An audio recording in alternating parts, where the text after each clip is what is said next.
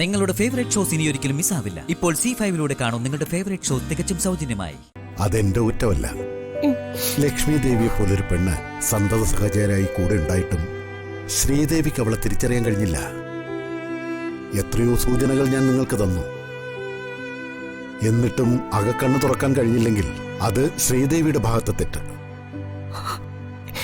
എനിക്കത് തുറന്നു പറയാനുള്ള അധികാരമില്ലാതായിപ്പോയി. ഞാൻ ആ തെറ്റ് സമ്മതിക്കുന്നു. താലികെട്ട് തടസ്സപ്പെടുത്താൻ അവള് വന്നപ്പോ തന്നെ ഞാനത് മനസ്സിലാക്കിയില്ല. ഇനി ഞാൻ എന്ത് ചെയ്യും ശാസ്ത്രികളെ? വലിയ അഗ്നിപരീക്ഷ ഇപ്പൊ സംഭവിച്ചിരിക്കുന്നത്.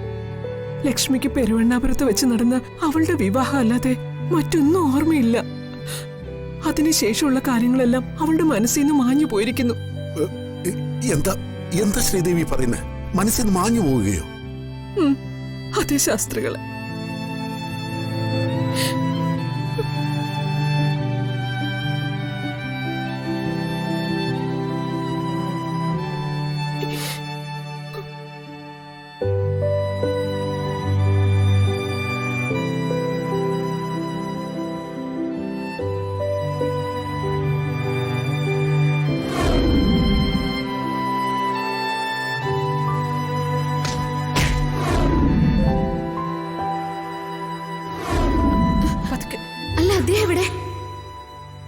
ആര്?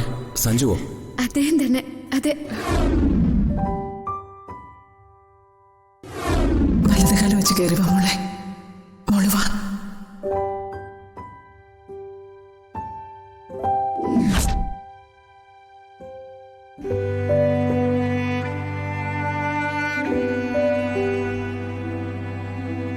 മോളെ അമ്മു, നീ എന്തെങ്ങനെ ഓരോന്നും ചോദിക്കുകയും പറയുകയൊക്കെ ചെയ്യുന്നത്? അമ്മേ, എന്റെ പേര് ലക്ഷ്മി എന്നാ. ലച്ചു എന്നാ എല്ലാവരും വിളിക്കുന്നത്. അമ്മ എന്നെ ലച്ചു എന്ന് വിളിച്ചാ മതി.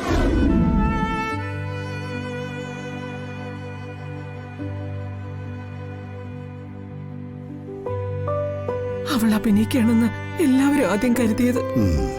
പക്ഷെ സത്യം അതല്ല. ശ്രീകുട്ടി വീട്ടിൽ കയറുന്നതിന് മുൻപ് ലച്ചുവിനെ നിലവിളക്ക് കൊടുത്ത് വീട്ടിൽ കയറ്റാൻ ശ്രമിച്ചതോടെ അവൾ അതങ്ങ് വിശ്വസിക്കുകയും ചെയ്തു.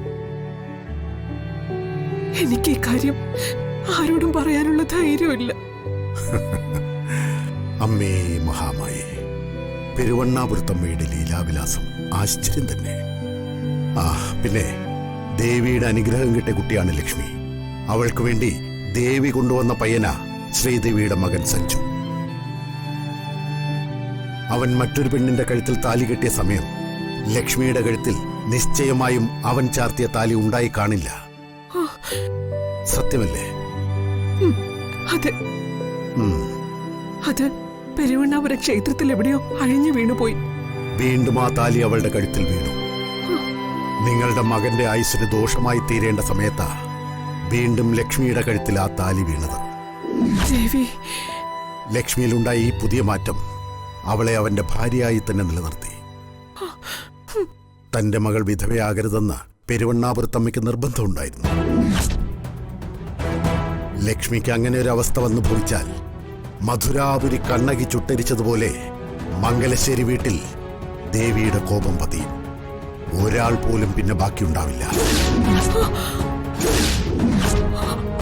ഡൗൺലോഡ് ചെയ്യൂ C5 ആപ്പ്. കാണൂ എല്ലാ എപ്പിസോഡുകളും സൗജന്യമായി.